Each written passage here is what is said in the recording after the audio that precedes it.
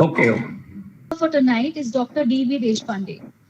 So I welcome all the office bearers of PMA, the representatives from partnering organizations. So we have partnered for this webinar with Maha FPC, which is a state level apex farmer producer company.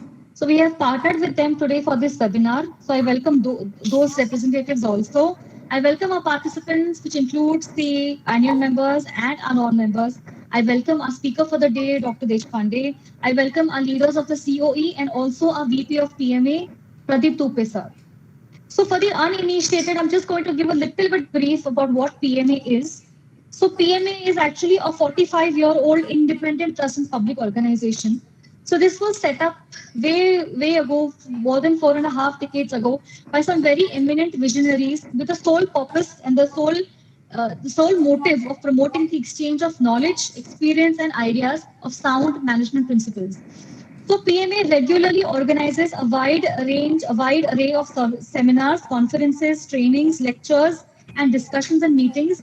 Some of them are paid, some of them are free, but all these details get regularly posted on the website also. So I'll just take another 30 seconds to tell you why PMA is such a great platform. I have seen people growing personally and professionally from this platform. So this is a great platform not only to network, but the people that you see here on this platform, all the VPs, all the centers of excellences, directors, and all the office bearers also, they are all working as volunteers. So this is an organization which is solely managed and maintained by the volunteers. So it may or may not be possible to reach out to these eminent people in their day-to-day life owing to their busy schedules. But this is a great place where you will get to hear from them, you will get to know about their experiences, you will get to know about a lot of knowledge sharing also. So I will request you to share, to keep sharing and keep spreading about this platform to your friends also, so that you may add them as members also. It is very easy, very simple to become a member. It's a very simple procedure. So I will request all of you to go ahead and please keep attending our webinars. So Pradeep Tupe sir is our vice president for PMA, and I'm going to request Pradeep Tupe sir to please share his words about today's webinar and also about some more insight into PMA. Tupe sir? Thank you, Rucha madam. Thank you, Vivek ji. Pleasure, sir. Welcome, Dilip Deshpande sir.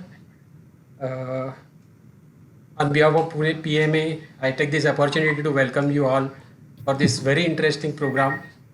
As many of you are aware, entrepreneurship development is one of our verticals. Of course, skill development is also one of them.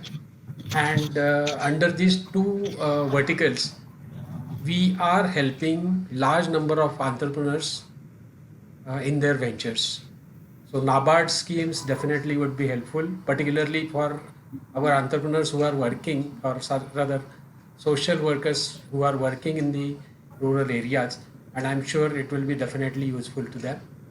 As Rucha madam has said, we have 14 different verticals through which we are operating. Recently, last week itself, we reactivated our one of the new vertical, that is civic affairs, and many people from civic affairs are joining now. So as Rucha madam has said, we are the people who are you can say volunteers working professionally for Pune Management Association. So this word volunteer may not give you correct meaning. So in other words, I would say that most of the people, more than 102 volunteer professional volunteers working for PMA through our 14 different verticals, most of them are entrepreneurs themselves, most of them are business owners themselves, and many of them are at senior positions at their respective organizations, maybe vice president, maybe general manager, maybe directors or owners of their respective organization. So this is the spirit of Pune Management Association, and we have coined a different term. We call it as a joy of giving back to the society. As I said, most of them are senior people. They want to now, they have achieved everything in their life. Now they want to share experience. They want to share their expertise. They want to share their professionalism with the youngsters, young professionals, and PMA is the right platform for both young professionals as well as senior people who want to give back to the society. Now, with this brief introduction, I hand it over back to Rucha madam. Thank you, Rucha. Director also on various for various companies. So this is just to give you a brief that people over here come from all walks of life, and like Professor rightly mentioned, everybody has achieved. All of them are great stalwarts in their own field, and they have achieved everything professionally that they had to achieve. So they are here with the sole intention of giving it back for people like you and me, for youngsters like you and me. So I urge everyone, to take advantage of this platform. So, like I mentioned in the beginning, this webinar today is in collaboration with Maha FPC, which is a state-level apex farmer producer company, and it's a consortium of farmer producer companies in Maharashtra. So we have the MD Yogesh Thoratji of Maha FPC with us today. Thorat sir, if you can hear me, please could you share your views about this webinar? Thank you. Firstly, I'm thankful to PMA for taking initiatives for creating awareness among farmer producer organizations about various schemes of the NABARD. And especially, I am thankful to Dilip Deshpande ji, Vivek Jain ji, and even Pradeep Tupe ji for taking this voluntary initiative, because right now we are exploring such partnerships with the agriculture startups and farmer producer companies working directly at the farm gate level.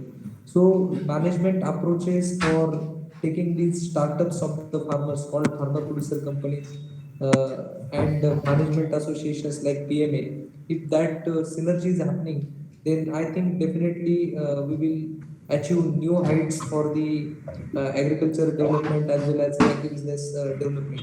So without taking much more time, I would like to just say this is very good opportunity, and I'm again thankful to PMA for connecting with the farmers organizations for this new area of particularly entrepreneurship development. And as Tupe sir was saying that there is a great volunteer base of the PMA, and you are thinking for giving back to the society. I think farmer producer organization is a good platform to bring their professionalism, because we are talking about this is the movement of the farmer producer companies in the state of Maharashtra, and this is transformation of the socialistic cooperatives into corporate cooperatives. So I think the journey of these socialistic cooperatives into corporate cooperatives, if it is supported by various initiatives by PMA, then definitely we can be very happy, and it will be another milestone in the journey of the farmer producer company movement in the state of Maharashtra. Thank you, and I request Rucha ma'am to Yes. proceed. I will take it from here. Thank you so much for your words. We are also aiming, that this webinar and this topic reaches a larger audience. The reason is that many a times these schemes people are not aware of, especially people like farmers and farmer producer organizations. So we are really hoping that this platform provides a basis for all these people so that it can motivate potential beneficiaries.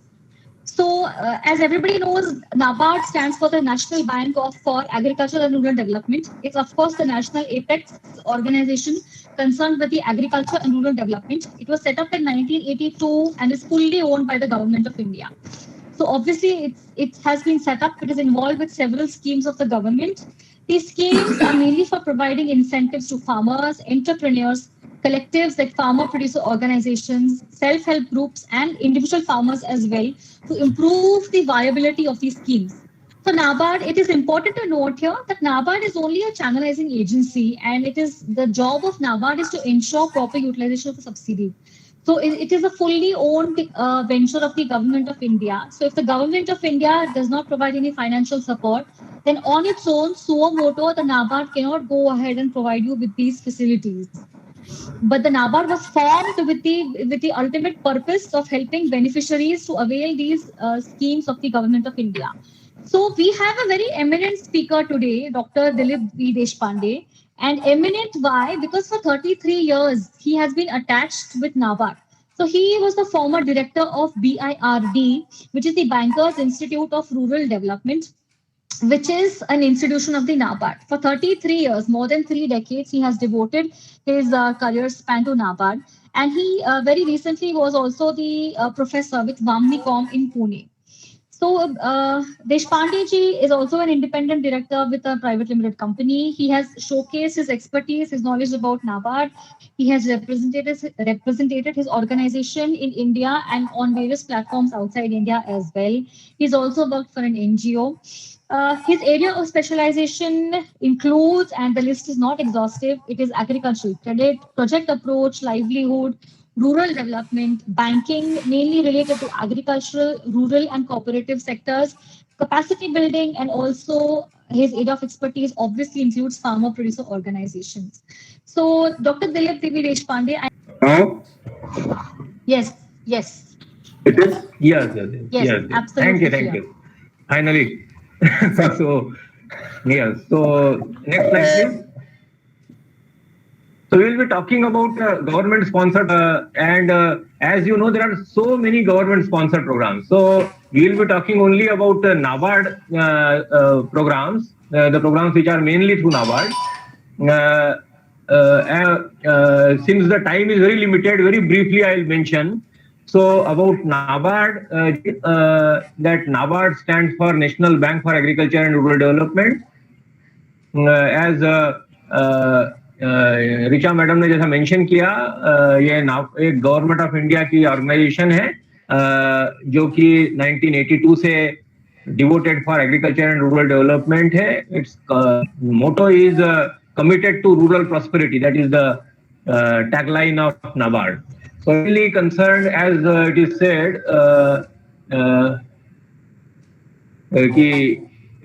rural development is in the name itself. So agriculture और rural development से connected जो भी है, especially credit, it is credit and small scale industry, cottage industry, village industries, handicrafts and other rural crafts. So promoting that, especially with credit, that is the main agenda of NABARD. And as it is a government of India agency of government of India for promoting these subsidy schemes and different schemes. Apart from that, since it is a developmental institution, it has its own funds also. So very well mention about those funds also कि वो अपने आप नाबार्ड किस तरह का support देती है. So next slide please Jain sir. और वेबसाइट नाबार्ड की वेबसाइट जो है nabard.org है. प्रेस करूंगा कि आप सबसे जब भी आपको फुर्सत मिले आप kindly have a look at it. It is highly informative about agro development. और नाबार्ड की जो एनुअल रिपोर्ट है, it is also one of the very informative annual reports, status of agriculture and rural development. So kindly go through whenever time permits. So I just want on the general concept about subsidy and government sponsored, etc. There will be so many such schemes. So first principle is to encourage and incentivize take up certain priority activities. Otherwise, they may find it very difficult and viable. उनको viability नहीं मिलती है, profitability कम होती है कई areas में, और कई प्रोजेक्ट्स में ये सब्सिडी देने से वो वायबिलिटी बढ़ती है. सो ये एक बहुत ही फंडामेंटल रीजन है. कुछ बैकवर्ड एरियाज में मार्केट बेस्ड इंटरवेंशन नहीं हो पाते हैं, तो उनको करने के लिए गवर्नमेंट अलग अलग तरीके से इंसेंटिवाइज करती है through subsidies. That is also one very important. कि जैसे नॉर्मल इंसेंटिव दिए जाते हैं, ट्राइबल एरियाज के लिए अलग है. LWE जिसको बोलते हैं लेफ्ट विंग एक्सट्रीमिज्म, यहाँ के जो many districts are there in Maharashtra, Andhra Pradesh, Telangana and Chhattisgarh, Bihar etcetera, जहाँ पर की लेफ्ट विंग एक्सट्रीमिज्म है, तो उनको भी वहां पर डेवलपमेंटल एक्टिविटीज प्रमोट करने. So there are different kinds of support. What are the kinds of supports which are available? NABARD or generally, this is a general slide. इसमें एक जो कंसेशन या सब्सिडी मिलती है वो है इंटरेस्ट सबवेंशन और इंटरेस्ट सब्सिडी जिसको बोलते हैं. जैसे फार्मिंग है, एग्रीकल्चर है और कई डिफरेंट एक्टिविटीज हैं जिसमें कि इंटरेस्ट बर्डन को कम करने के लिए किसानों के ऊपर या दूसरे एंटरप्रेन्योर्स के लिए उसको इंटरेस्ट कम करने के लिए that interest subvention is talk about this in some more detail, क्योंकि ये बहुत ही इंपॉर्टेंट कंपोनेंट है जो there in our through NABARD also and otherwise also. Then second category is called as capital, it is on capital investment like plants and machinery or setting up new projects, जिसमें plants होता है, construction of shed, animal shed होता है, so इसमें concession capital investment के ऊपर होता है, not working capital but capital investment. Then third category is called as developmental support. This is extremely important because in many projects there is a requirement हो, कुछ hand holding हो, facilitation हो, तो उसके लिए support दिया जाता है, जैसे कि FPO का mention थोराट साहब ने भी किया था in the beginning. Then tax concession is another category of support which is provided by NABARD, by Government of India. So in certain regions, it is not through NABARD, but directly it is provided by government in certain regions for certain investments. Next, please. Jain साहब next slide please. या सो नाबार्ड का role क्या है? अपने आप में बहुत ही कम subsidy देता है. Mostly NABARD is acting as a channelizing agency for government. Mostly it is for Government of India, but in certain states have also engaged NABARD. So sometimes what happens is people blame NABARD, but it is because of government that NABARD is able to give subsidy. So if the government is not able to release the funds, NABARD is also. So that is a constraint which the system faces. So understand the role of NABARD in this entire business. Next, please. Next slide, please. Yeah. So there are four main parties in the entire process. One is, of course, the government, which is actually the subsidy giving agency. Then the farmer or borrower, whosoever is the actual beneficiary, and then the financing bank. And then, so most of these subsidies are routed through banking system. So that is also one important implication in this, that if you take up any activity directly, the subsidy from NABARD will be available. It is directly not available. Generally, it is available only through banking system. Why it is? That is also a reason for that. That through banking system there is a check on the borrower and the mischievely less as compared to direct funding. There are many projects where direct funding is subsidies also available. Especially there are projects under National Hortic, which is providing directly the subsidy to entrepreneurs. So another category. But we are here talking and concentrating only on the projects which are based on linkage. So bank linked, credit linked subsidy. These are the names which are used in this state. Next slide, please, Jain sir.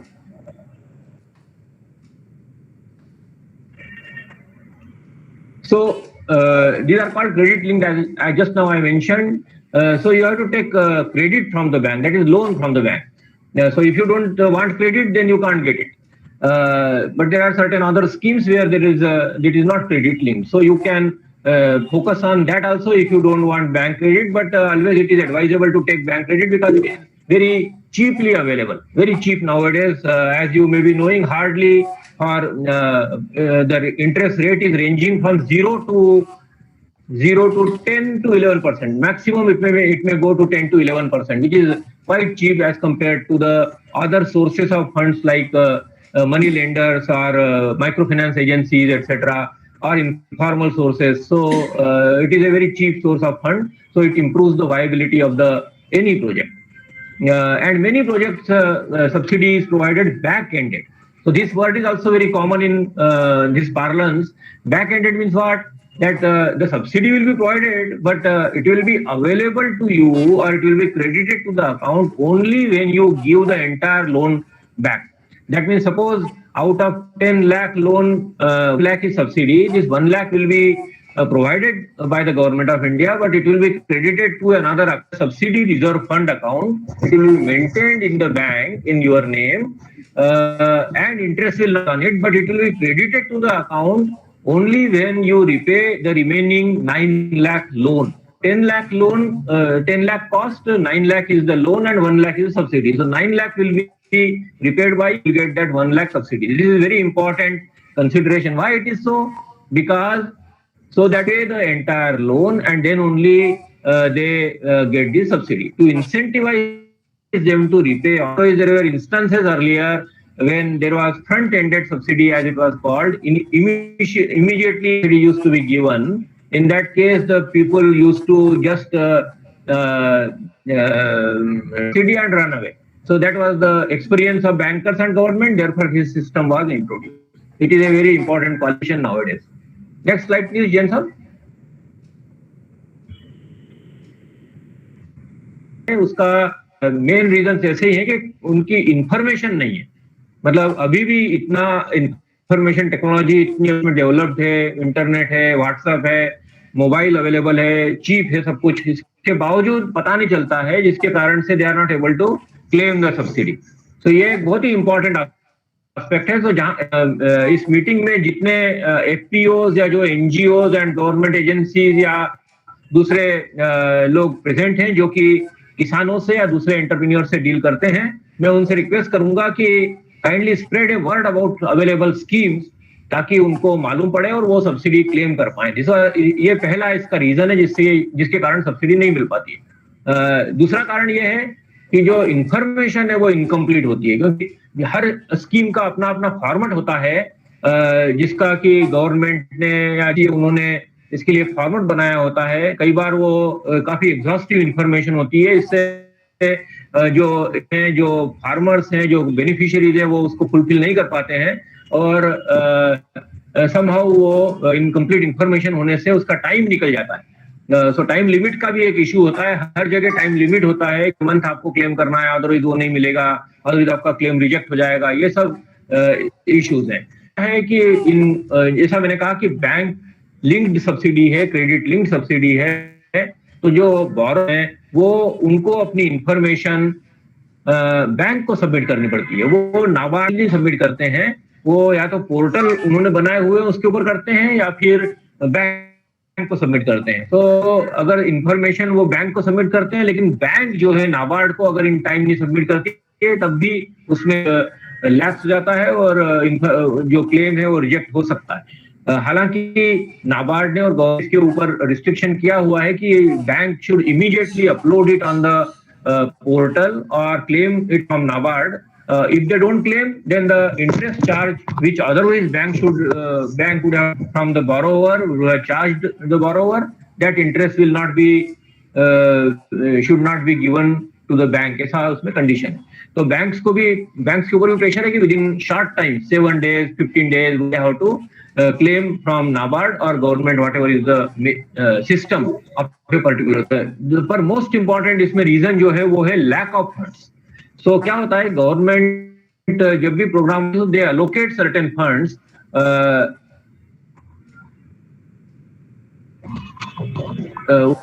Allocate करते हैं, लेकिन वो fund exhaust हो जाते हैं.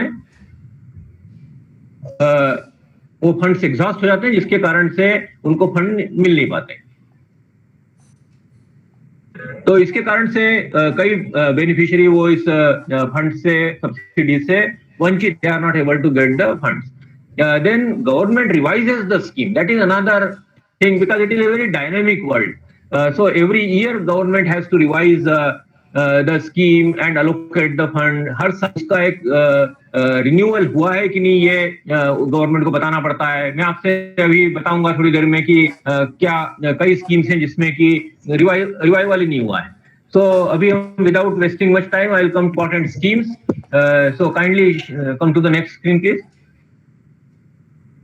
So interest subvention की बात करेंगे. देखिए ये इंटरेस्ट सबवेंशन सबसे इम्पोर्टेंट है सब किसानों के लिए, पर्टिकुलरली चीज के लिए.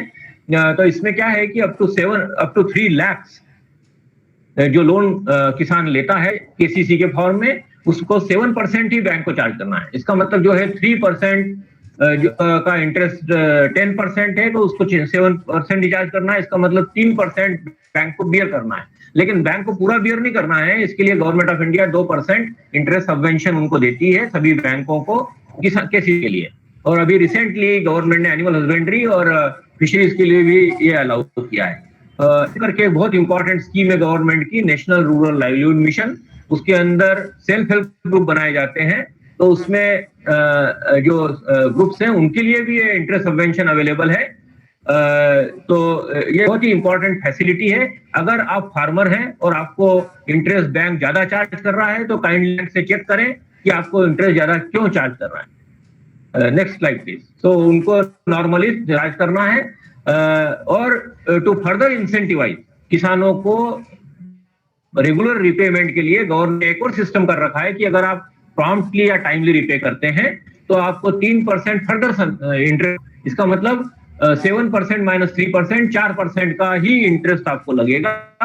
और कई गवर्नमेंट्स ने अपने ही लेवल पर फर्दर उस पर कंसेशन दिया है, जैसे कि महाराष्ट्र और हरियाणा का पता है, तमिलनाडु में भी शायद ये है, आंध्रा में हो सकता है। हमारे जो आंध्रा के ज्वाइन किए हुए हैं उन्होंने हमको बता सकते हैं कि आंध्रा में ये सिस्टम है कि नहीं।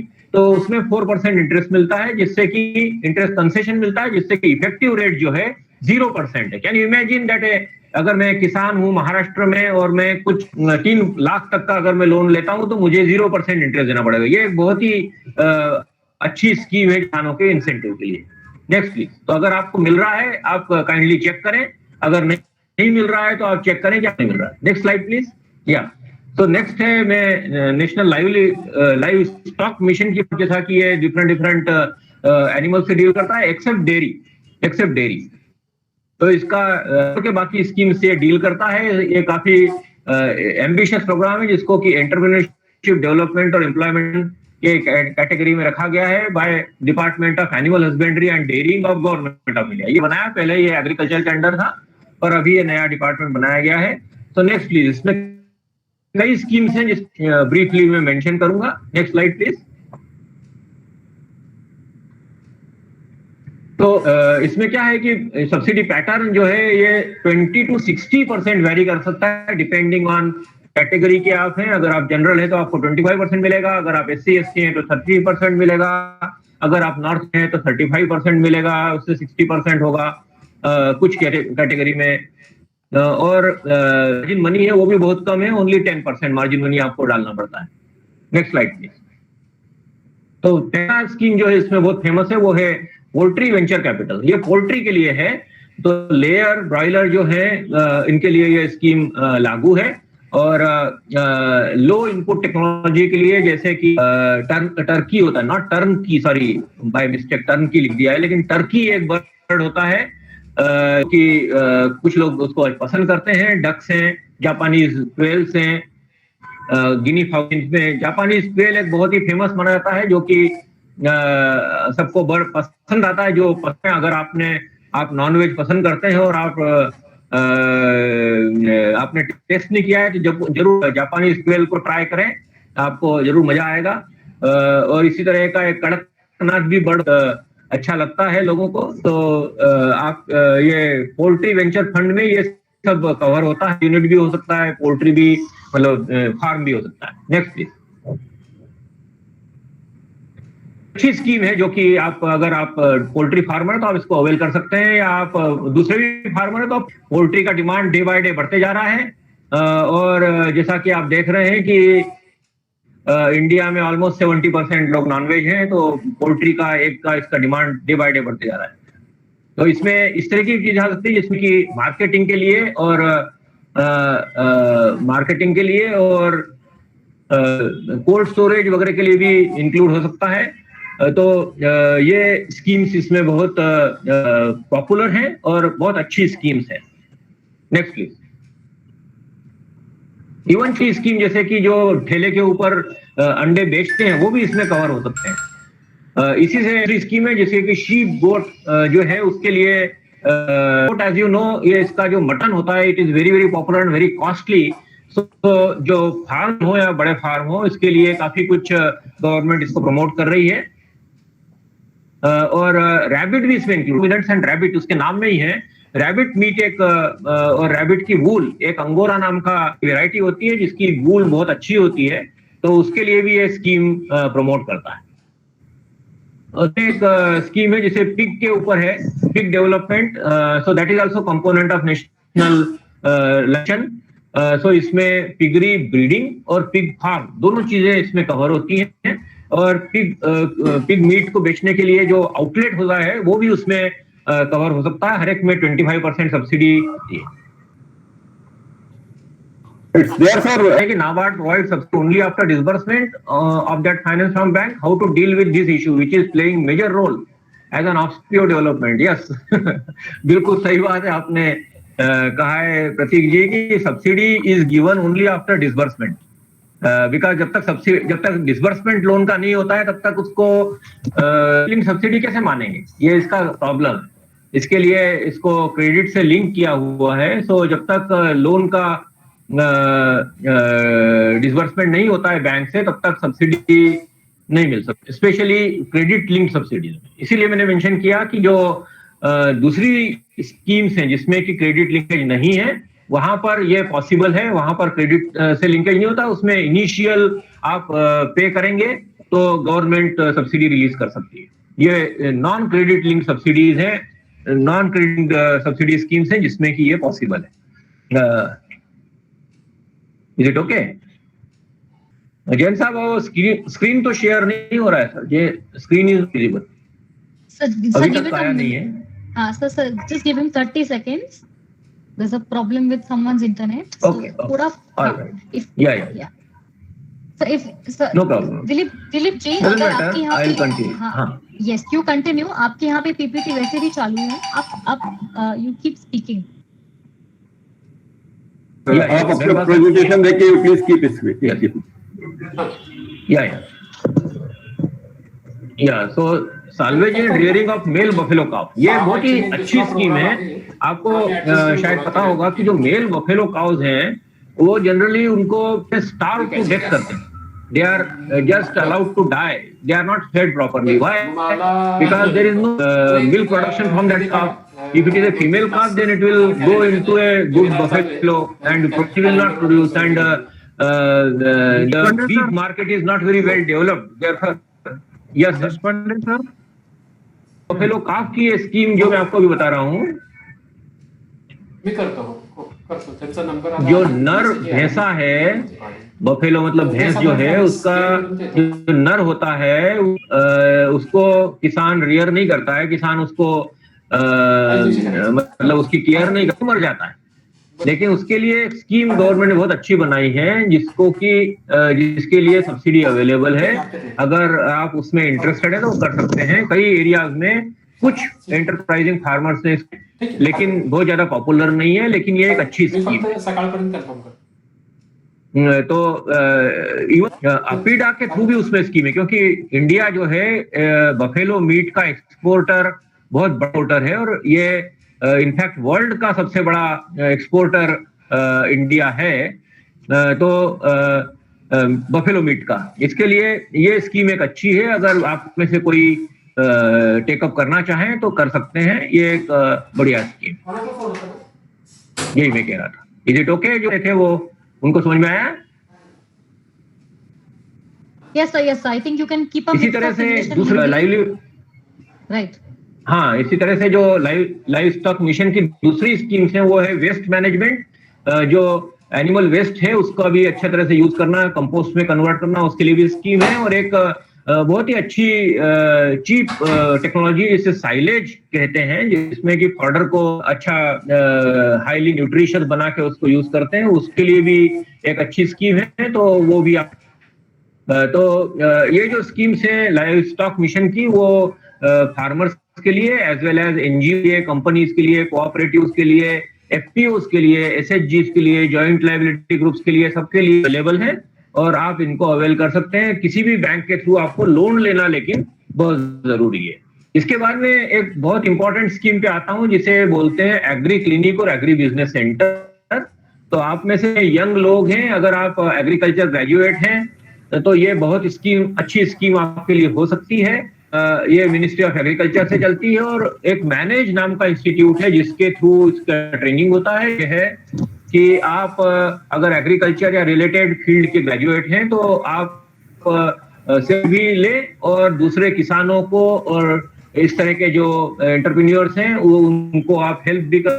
एक्सटेंशन और इनपुट सप्लाई वगैरह कर सकें। तो एग्री क्लिनिक का मतलब क्या होता है? एग्री क्लिनिक का जो मतलब है, उसका मतलब है कि जो किसानों को प्रोफेशनल एडवाइस चाहिए उनके क्रॉप्स के बारे में, उसकी हेल्प आप इस स्कीम के थ्रू कर सकते हैं, एग्री क्लिनिक के थ्रू। क्यों मिररिंग हो रहा है, पता नहीं क्यों। और एग्री बिजनेस, हाँ वो हो नहीं रहा है, कोई बात नहीं सर, आप किराए के ऊपर दूसरे किसानों को दे सकते हैं। तो ये एग्री क्लिनिक और एग्री बिजनेस का बहुत अच्छा स्कीम है। मैनेज में इसका काफी अच्छा ट्रेनिंग भी होता है और इसमें सब्सिडी का काफी अच्छा लेवल है, ऑलमोस्ट 30-40% इसमें सब्सिडी आपको मिल सकती है। इसकी एक बहुत डेडिकेटेड अच्छी साइट है क्लिनिक एग्री बिजनेस के लिए, और 20 लाख रुपए इसमें प्रोजेक्ट्स की सीलिंग हो सकती है, जिसमें 30-40% आपको सब्सिडी मिल सकती है, और लोन भी काफी लंबे टाइम के लिए मिल सकता है, 5 to 10%। और लेकिन मार्जिन मनी का इसमें रिक्वायरमेंट है। ये देखिए, आपका एक जनरल क्वेश्चन भी था कि बैंक जो है मार्जिन मनी मांगता है, तो देखिए आप अगर 100 रुपए इन्वेस्ट करेंगे तो बैंक छोटा मोटा तो आपसे इन्वेस्टमेंट थोड़ा अपना ओन इन्वेस्टमेंट मांगेगा। दैट्स वाई ये एक रिक्वायरमेंट है। तो कम से कम 10% मार्जिन मनी की रिक्वायरमेंट, लेकिन उसमें भी अप टू 3 to 5 लाख कोई मार्जिन मनी नहीं चाहिए होता है, उसके बियॉन्ड ही मार्जिन मनी की होता है। ओके, सो ये एफपीसी पे मैं आता हूं सर, उसमें आपका प्रदीप अवारी जी आपका क्वेश्चन उस टाइम भी ले सकते हैं। 1 मिनट, जस्ट 5-10 मिनट और दीजिए बस, उसके बाद में इस पे आ रहे हैं। तो क्वेश्चंस हम लोग वेबसाइट में आपको दिखा नहीं पा रहा है जी। क्वेश्चंस हम लोग एंड में जी। लेंगे। या even though your PPT is not जी, अवेलेबल, जी, आई जी। Just like to let people know कि हम लोग पीपीटी बाद में शेयर करेंगे सबके साथ। तो आप अपने सवाल जैसे भी Yes. है पोस्ट करते रहिए, हम लोग एंड में लेंगे सवाल, है ना? जी, पीपीटी हम लोग बाद में शेयर उसके बाद करेंगे सबके में साथ। टाइम पास हो रहा है, इसलिए मैं क्विकली कुछ कवर करना चाहता हूँ। एक इंपॉर्टेंट स्कीम अभी अभी गवर्नमेंट ने लॉन्च करी, जिसका नाम है एग्रीकल्चर मार्केटिंग इंफ्रास्ट्रक्चर स्कीम। तो ये बहुत ही अच्छी स्कीम है, जिससे कि मार्केटिंग ऑपरेशन हो सकता है और एग्रीकल्चरल प्रोडक्ट्स के लिए, किसानों के प्रोडक्ट को मार्केटिंग करने के लिए हेल्प। तो इसके लिए इसमें क्या है कि जैसे जो मार्केट यार्ड है या जो स्टोरेज की चीजें हैं, उसके लिए हम काफी कुछ इसमें कर सकते हैं, और एनजीओज हैं वो भी इसमें ले सकते हैं, किसान खुद ले सकते हैं या एफपीओज ले सकते हैं, पार्टनरशिप कंपनी ले सकती है, प्रोप्राइटरशिप कंपनी ले सकती है, एनजीओज ले सकते हैं, एसएचजी ले सकते हैं, इवन जो पंचायत हैं या गवर्नमेंट की बॉडीज होती है, म्यूनिसिपल कॉर्पोरेशन हैं, इवन स्टेट गवर्नमेंट की बॉडीज जैसे मार्केटिंग बोर्ड है, वो भी इसमें लोन गवर्नमेंट से ले सकते हैं। और गवर्नमेंट का इसमें बहुत ही अच्छा स्कीम है कि जो ऑलमोस्ट 20% to 50% इसमें सब्सिडी अवेलेबल, डिपेंडिंग ऑन किस एरिया के लिए और किस पर्पज के लिए आप अप्लाई कर रहे हैं। तो ये बहुत ही जोरदार स्कीम है, और लगभग 1 लाख करोड़ की स्कीम्स इसमें ऑलरेडी नेशनल लेवल के ऊपर नाबार्ड के थ्रू सैंक्शन हो चुकी हैं, और जो प्राइमरी एग्रीकल्चरल कोऑपरेटिव सोसाइटीज होती हैं वो भी इसमें लोन ले सकती हैं। तो इनफैक्ट उसके अंदर तो लोन का जो रेट है वो भी सिर्फ 3% ही है, क्योंकि NABARD is subsidising that one. Okay, एक और छोटी सी स्कीम है जिसका नाम है subsidy scheme for commercial production unit for organic and biological input. लेकिन ये स्कीम है तो बहुत अच्छी कि जो केमिकल फर्टिलाइजर है या पेस्टिसाइड है उसको कम करके जो अपने ऑर्गेनिक प्रोडक्ट्स हैं उसको प्रोड्यूस करें, फार्मर प्रोड्यूस करें, bio fertilizer, bio pesticide etcetera, जिससे कि फार्मर का कॉस्ट भी कम हो जाए और उसकी जो हेल्थ भी अच्छी हो। लेकिन ये स्कीम 2021 में गवर्नमेंट ने कुछ फंड अलोकेट नहीं किया, इसलिए नहीं हुई, लेकिन बाद में आ सकती है। इसी तरह की एक स्कीम है जैसे डेयरी डेवलपमेंट स्कीम है, DEDS जिसको बोलते हैं, डेयरी एंटरप्रेन्योरशिप डेवलपमेंट स्कीम। तो वो उसका भी यही प्रॉब्लम है कि वो स्कीम तो बहुत जोरदार है कि उसमें डेयरी फार्म्स गवर्नमेंट देती थी, मतलब नाबार्ड के थ्रू, बैंक्स के थ्रू देती थी, लेकिन उसका भी कुछ अलोकेशन नहीं मिला, इसलिए वो स्कीम भी अभी बंद है। बहुत ब्रीफली मैं एक एफपीओ के ऊपर टाइम स्पेंड करना चाहूंगा। हमारे जो एफपीओ महा एफपीओ है उसके थोराट साहब ने ऑलरेडी कुछ मेंशन किया है और पूरे कई एफपीओ ऑलरेडी फंक्शन कर रहे हैं। ऑलमोस्ट 7-8 हजार एफपीओ ऑलरेडी फंक्शन है। लेकिन 20 में गवर्नमेंट ने बहुत ही एम्बिशियस प्रोग्राम लॉन्च किया है जिससे कि 10,000 एफपीओ नए बनाने हैं या उनको प्रमोट करना है। और इसके लिए 3 एजेंसीज हैं, नाबार्ड, एसएफएसी और एनसीडीसी। ये नेशनल लेवल की एजेंसीज हैं।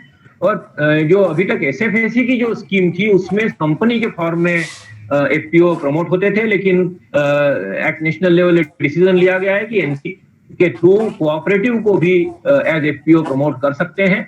मतलब आप अगर एफपीओ किसानों का ऑर्गेनाइजेशन है तो आप एज ए कोऑपरेटिव भी रजिस्टर कर सकते हैं और एज ए कंपनी भी कर सकते हैं। तो कंपनी अगर आप तो आपको एसएफएसी सपोर्ट मिलेगा या नाबार्ड से भी मिलेगा, और एनसीडीसी से अगर आप करते मतलब अगर कोऑपरेटिव है तो सपोर्ट मिलेगा। और इसके लिए एक पूरा नेशनल लेवल के ऊपर एक पूरा प्लान बनाया गया है और जिसे कि और एजेंसी जिसको सीबीबीओ का नाम दिया है, कम्युनिटी बेस्ड बिजनेस ऑर्गेनाइजेशन, वो करेंगी। और आपको सुन के अच्छा लगेगा कि एक एफपीओ के लिए लगभग 25 लाख का इसमें पीरियड ऑफ 5 इयर्स 5 साल के लिए 25 लाख का प्रोविजन है। बहुत भी टाइम कम बचा है, इसलिए मैं आपको एक नई आइटम बताना चाहता हूँ जो बहुत ज्यादा पॉपुलर नहीं है। इस तरह से एफपीओ फार्मर प्रोड्यूसर ऑर्गेनाइजेशन है, उसी तरह के नॉन फार्म के जो प्रोड्यूसर्स हैं, जैसे कि हमारे हैंडीक्राफ्ट मेकर्स हैं या हैंडलूम वीवर्स हैं या पॉटर्स हैं जो तरह तरह के पॉट्स बनाते हैं, इसी तरह के बहुत ही अलग अलग तरह की चीजें जो नॉन फार्म से डील करने वाले लोग करते हैं, तो उनके लिए भी एक स्कीम है जिसे ऑफ फार्म प्रोड्यूसर ऑर्गेनाइजेशन बोलते हैं, जिसके लिए डायरेक्टली सपोर्ट देता है। इसके लिए गवर्नमेंट ऑफ इंडिया से नहीं मिलता है, लेकिन नाबार्ड से 30 लाख एक जनरल सपोर्ट मिलता है। 40-50 ऐसे ओएफपीओ इंडिया में बन चुके हैं नाबार्ड के सपोर्ट में। आप सभी से अनुरोध करूंगा कि अगर आपने अभी तक नहीं बनाया है और आप कर सकते हैं तो आप इसमें भी सब। थोराट साहब से भी रिक्वेस्ट करूंगा कि वे अपने महा एफपीसी का स्कोप ऑफ फार्म के लिए भी करें और इसको भी एक्सप्लोर करें कि कैसे इसमें भी आप सभी जो अपने ग्रास रूट प्रोड्यूसर्स हैं उन कर सकते हैं। इसके बाद में जस्ट 2 मिनट में मैं आप दिलीप जी 1 मिनट आप भी नहीं कर पा रहे रुचा जी, आप you are not able to share. Give me a moment आप कंटिन्यू कीजिए। I'll try doing what I can do. Okay so we are just coming to the end कि नाबार्ड ने कुछ नए इनिशिएटिव लिए इवन फॉर स्टार्टअप्स। तो startup के लिए इंक्यूबेटर्स कुछ जगह पर 5-6 यूनिवर्सिटी के साथ में शुरू किया है और एग्रीकल्चरल रिलेटेड जो स्टार्टअप्स हैं उनका सपोर्ट और हैंड होल्डिंग उन इंक्यूबेटर से मिल सकता है। There is fund in NABARD and organization in NABARD subsidiary है जिसे नाब वेंचर्स कहा गया है, जिसमें 500 करोड़ इसके लिए ईयर मार्क किया है, जो कि स्टार्टअप्स को जो है एग्रीकल्चरल या food based investment initial investment करने के लिए ये फंड बनाया गया है। तो आप में से जो अगर एंथुजियास्टिक लोग हैं जो स्टार्टअप शुरू करना चाहते हैं तो वे इस एरिया को देख सकते हैं। आप concerned regional office of NABARD से लिंक करें या नैब वेंचर्स में डायरेक्टली आप सर्च कर जाएगा। इसके अलावा 1-2 बातें और मेंशन में करना चाहता हूं कि एक रूरल हार्ट नाम का एक बहुत ही अच्छा आइडिया है जो कि नाबार्ड सपोर्ट करता है। रूरल हार्ट का मतलब है कि जो रूरल एरियाज में मार्केटिंग का एरिया होता है, जैसे हाट जहां लगता है वहां पर कुछ अच्छी फैसिलिटी नहीं होती है। जो बेचने वाले आते हैं, किसान आते हैं, वो अपना सामान प्रॉपरली मतलब डिस्प्ले नहीं कर पाते, वो वेल ऑर्गेनाइज नहीं होता है, हो जाता है बरसात में, कुछ प्लेटफॉर्म नहीं होता है। तो उसके लिए एक रूरल हार्ट की स्कीम है जिसमें जो कि लैंड जो है पंचायत देती है, बाकी ग्रांट बेस्ड सपोर्ट नाबार्ड देता है। किसी एनजीओ या किसी एजेंसी के काफी पॉपुलर स्कीम कई जगह पर हुई है। इसके अलावा नाबार्ड की 2 इंपॉर्टेंट सब्सिडियरीज हैं जो कि आपको हेल्प कर सकती हैं। एक है नैपफिन्स जो कि नाबार्ड की रिलेटेड ऑर्गेनाइजेशन है जो बेंगलोर में उसका हेड ऑफिस है, लेकिन पूरे देश में इंक्लूडिंग महाराष्ट्र में वो और माइक्रो फाइनेंस सबको प्रोवाइड करती है, एसएचजी को एक्सेट्रा। और दूसरा जो है नैपकॉन है जो कि कंसल्टेंसी ऑर्गेनाइजेशन है, जो कि किसी भी तरह की कंसल्टेंसी आपको प्रोवाइड। तो इस तरह के कुछ काफी एक्टिविटी नाबार्ड जो है रूरल डेवलपमेंट के लिए, रूरल इंडिया के लिए करती है। मैं आपसे अनुरोध करूंगा कि नाबार्ड की पर या उनके यूट्यूब और इंटरनेट में काफी रिसोर्सेज अवेलेबल हैं, वो आप एक जिले में, इंडिया के हर जिले को डीडीएम के थ्रू कवर किया गया है। डिस्ट्रिक्ट डेवलपमेंट मैनेजर जिसे बोलते हैं, वो एक वन मैन ऑफिस है, और आप किसी भी जिले में हो, आप इंटरनेट पे ढूंढेंगे तो आपको उस डीडीएम का फोन नंबर, नाम और पता मिल जाएगा। आप इसे कंसल्ट कर सकते हैं, या अगर आप स्टेट के कैपिटल पर हैं तो हर स्टेट में नाबार्ड का एक रीजनल ऑफिस होता है जिससे आप कनेक्ट कर सकते हैं। आई सपोज कि इन जनरल नाबार्ड के लोग काफी हेल्पफुल। तो इसके साथ मेरा प्रेजेंटेशन समाप्त होता है और मैं आपके क्वेश्चंस को आंसर करने की हूँ। अभी लगभग 9 बजने वाले हैं, लेकिन ऋचा मैडम मुझे कितना टाइम देंगी या विवेक जैन साहब कितना टाइम, इस पे डिपेंड करता है कि मैं कितना टाइम आपके आंसर कर सकता हूँ। Sir, we will try to take all Jain the साहब कितना टाइम questions. ले सकते हैं? We will try to take all the questions. Jain sir, can you जी। hear us? Deshpande sir is there. Small beneficiaries can't keep mortgage. तो देखिए, mortgage का issue तब आता है जब आपको उसकी रिक्वायरमेंट हो, जब लोन ज्यादा हो। In general up to 5 lakh mortgage की रिक्वायरमेंट नहीं होती है, लेकिन अगर आप कोई भी असेट लेते हैं तो उसका तो हाइपोथिकेशन जरूरी है। लेकिन देखिए, बैंक जब लोन देता है तो आपको बैंक का लोन रिकवर करना कितना मुश्किल होता है कई केसेस में। मैं नहीं कहता कि हर किसी डिफॉल्टर होता है, लेकिन बैंकों का अनुभव अलग अलग तरह से अलग अलग जगह होता है और उनके पास बहुत सारा इकट्ठा हो गया है, इसलिए कुछ केयरफुल वो रहते हैं। लेकिन फिर भी काफी लिबरल सिक्योरिटी नॉर्म्स हैं, जैसे कि up to 3 lakh in general कोई मॉर्गेज नहीं मांगा जाता है। मार्जिन मनी भी जो होता है, एक तो मार्जिन मनी होता है जिसमें कि आप अपना पैसा कितना लगा रहे हैं, ये क्वेश्चन होता है। तो उसमें एक तो ये होता है कि जो सब्सिडी होती है उसी को मार्जिन मनी मान लिया जाता है। तो अप टू 3 लाख या 5 लाख कोई मार्जिन मनी, जैसे अलग अलग डिपेंड करता है कि स्कीम के ऊपर है। सेकंड है कि सिक्योरिटी क्या होती है। सिक्योरिटी में 2 पार्ट होते हैं कि जो आप असेट क्रिएट कर रहे हैं वो हाइपोथिकेटेड होता है, दूसरा असेट होता है जो कि आप अपनी जैसा दूसरा असेट मॉर्गेज करते हैं। उसकी रिक्वायरमेंट तब आती है जब आपका लोन थोड़ा बड़ा होता है। तो ये किसानों के लिए जनरली ये रिक्वायरमेंट नहीं है, लेकिन बड़े अगर आपका लोन है तो उसमें हो सकता है। कतई की कह रहे हैं कि NABARD provide subsidy only after disbursement. तो ये आंसर मैंने ऑलरेडी कर दिया है कि क्रेडिट लिंक सब्सिडी ये रिक्वायरमेंट है कि जब तक लोन डिसबर्स नहीं होगा तब तक सब्सिडी नहीं मिलेगी। सब्सिडी मिल भी जाएगी तो आपके सब्सिडी रिजर्व फंड में रहेगी, आपको क्रेडिट उसका तब मिलेगा जब आप बाकी लोन वापस कर देंगे। बैक एंडेड सब्सिडी का system. What role is there of NABARD in P? तो किसान सम्मान निधि में government of India directly bank के नहीं, जो किसानों के अकाउंट में क्रेडिट करता है, तो उसमें नाबार्ड का कोई डायरेक्टली रोल नहीं। लेकिन जो फसल बीमा योजना है उसमें जरूर है कि नाबार्ड उसका एक पार्ट है। पूरे की जो फसल बीमा है वो इंश्योरेंस एजेंसी डायरेक्टली करती है, और फसल बीमा का जो प्रीमियम है वो आपकी स्केल ऑफ फाइनेंस में इंक्लूडेड होता है। तो उसमें थोड़ा बहुत रोल नाबार्ड का आता है। अगर आपको फ्रेंड्स होती है तो आप नाबार्ड को कर सकते हैं कि भाई इंश्योरेंस के क्लेम सेटल नहीं, प्रॉब्लम है, ऐसा कुछ अगर होता है तो आप कर सकते हैं। जो इंश्योरेंस कंपनी है, एग्रीकल्चर इंश्योरेंस कंपनी जो है, मेन एग्रीकल्चर इंश्योरेंस कॉर्पोरेशन, उसमें भी नाबार्ड शेयर होल्डर है, प्रमोटर शेयर होल्डर, तो उसमें भी हमारा से है। देन श्रीकर श्रीवत्स दहागम, उन्होंने कहा how does the process of disbursing loan by bank takes. हाँ, ये बहुत इंपॉर्टेंट क्वेश्चन है कि प्रोसेस कैसा होता है।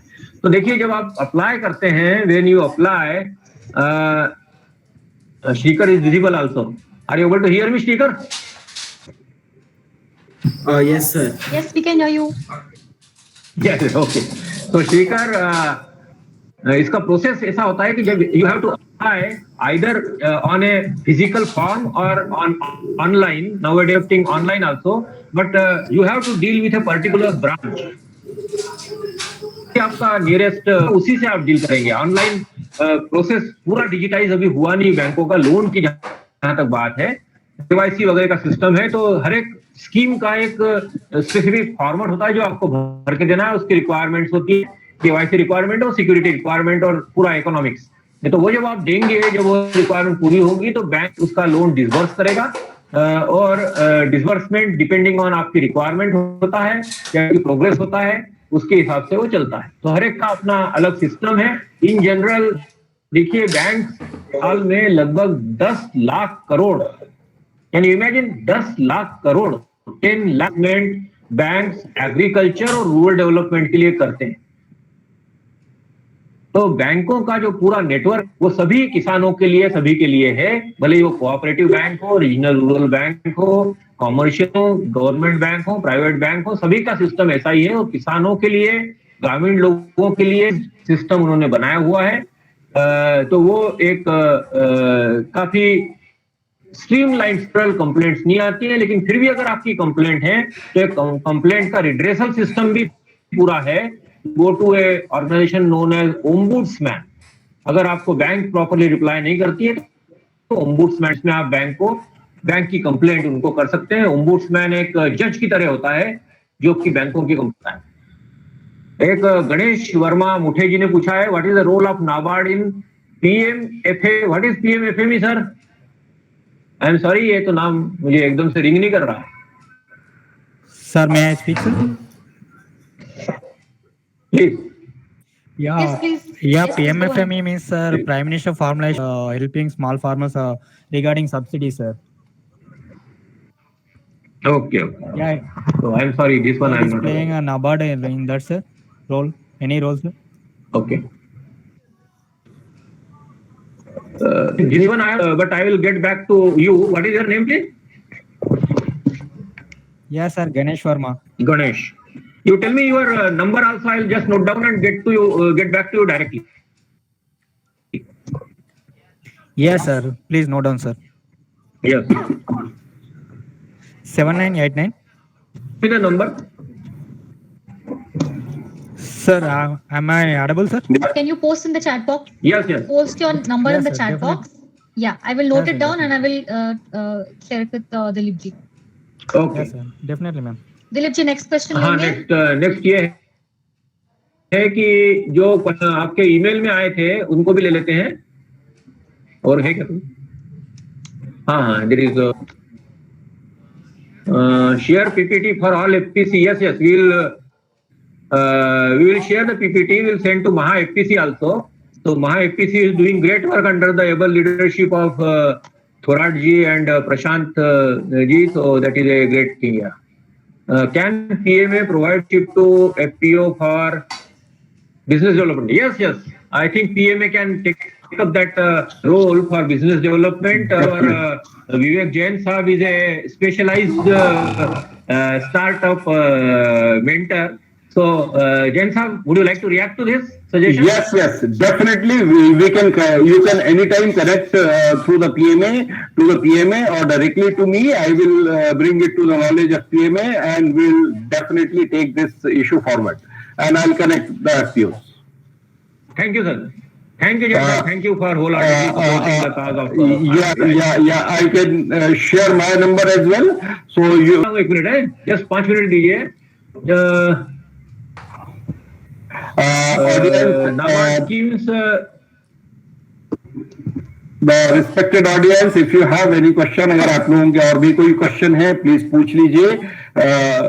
हम लोग अवेलेबल हैं, दिलीप जी अवेलेबल हैं आपके सारे क्वेश्चंस का आंसर देने के लिए।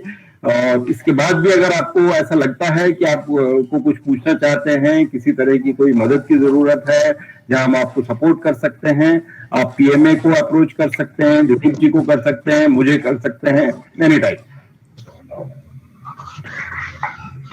मैंने अपना मोबाइल नंबर कि अबाउट